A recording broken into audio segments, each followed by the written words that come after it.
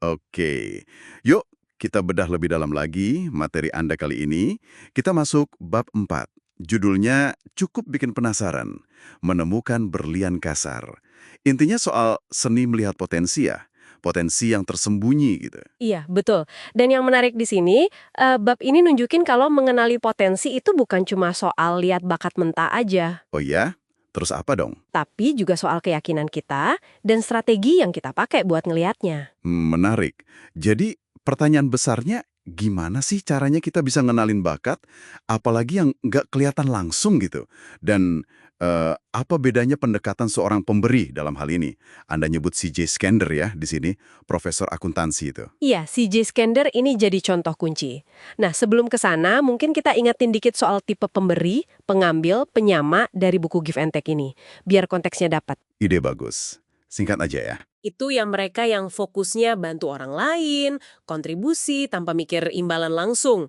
Pengambil kebalikannya, maunya dapat lebih banyak dari yang dikasih. Nah, kalau penyama, mereka jaga keseimbangan, 50-50 lah. Sip, jelas. Nah, bab ini bilang pemberi lebih jago nih soal potensi. Iya, gitu intunya. Mereka punya cara unik buat mengidentifikasi dan yang penting mengembangkan potensi itu. Oke, jadi misi kita nih sekarang, pengen paham gimana sih strategi pemberi ini lihat berlian kasar, terus juga biar kita nggak kejebak salah nilai potensi orang. Kita mulai dari si Jess Kender ini, apa sih yang bikin dia legendaris? Jadi, Skender ini bukan cuma profesor akuntansi biasa di UNC ya. Dia itu terkenal banget bisa ngelihat potensi luar biasa di mahasiswa yang mungkin dosen lain nganggapnya ya biasa aja. Contohnya siapa tuh? Ada Reggie Love yang nantinya kerja dekat sama Barack Obama, terus Marie Curie jadi pengusaha sukses. Skender ini kayaknya ngelihat ada sesuatu gitu di mereka. Sesuatunya itu apa? Nilai bagus? Otak encer? Nah, justru itu. Bukan cuma itu. Skender nyarinya lebih dalam. Dia perhatiin motivasi, etos kerja, kegigihan. Oh, jadi karakter ya? Iya, kayak gitu. Dia lihat mahasiswa kayak Beth Trenham bukan cuma pinter, tapi kerja keras banget. Atau dia semangatin Marie Curie pas hampir nyerah ujian CPA. Tahu kan, ujian itu susah banget. Dia percaya mereka bisa tumbuh. Wah, ini pendekatannya keren ya. Ini ngingetin saya sama konsep psikologi apa namanya? Efek Pygmalion, bukan sih? Tepat, efek Pygmalion atau ramalan yang terpenuhi sendiri. Ekspektasi kita ke orang lain itu bisa banget ngaruh ke performa mereka. Kayak studi yang di sekolah itu ya. Guru dikasih tahu random aja kalau beberapa murid bakal mekar. Betul. Dan ternyata murid-murid itu beneran lebih maju ya karena dapat perlakuan beda, ekspektasi positif dari gurunya.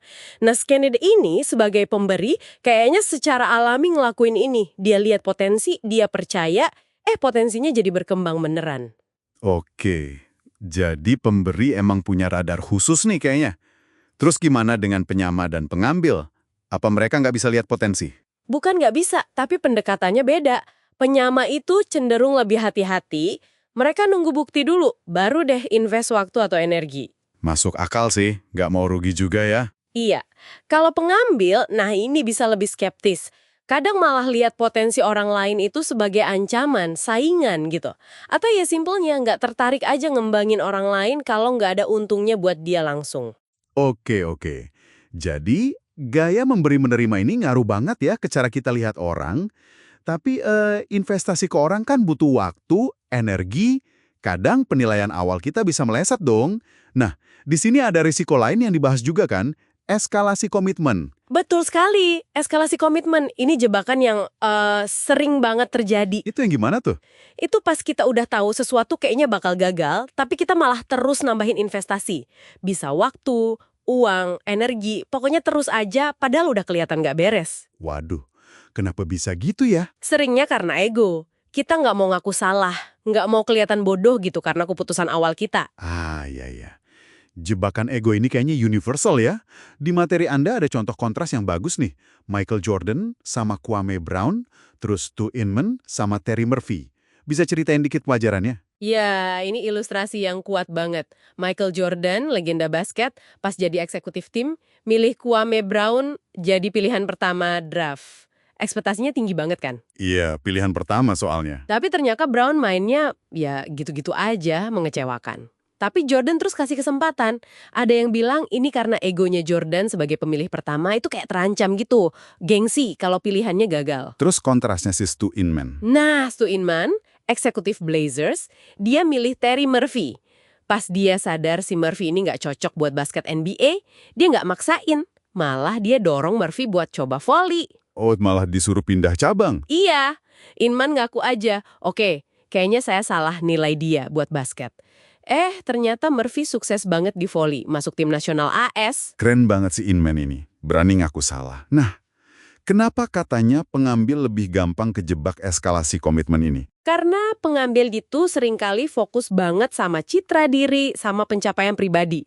Ngaku salah itu kayak pukulan telak buat ego mereka. Ada studi juga kan, CEO yang tipenya pengambil cenderung susah banget ngaku rugi atau salah strategi. Terus pemberi gimana? Apa mereka nggak punya ego? Punya lah, pasti. Tapi bedanya pemberi itu cenderung lebih mikirin dampak keputusannya buat orang lain, buat tim, atau buat tujuan yang lebih besar.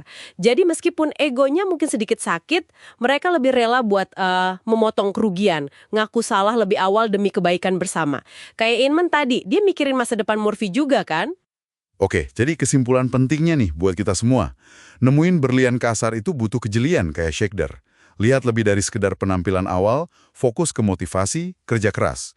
Tapi nemuin aja nggak cukup. Kita juga harus hati-hati sama jebakan eskalasi komitmen tadi. Apalagi kalau ego udah mulai ikut campur. Betul, dan kerelaan buat ngaku salah, kayak yang sering ditunjukin pemberi, itu ternyata bisa jadi keuntungan strategis loh. Menarik banget.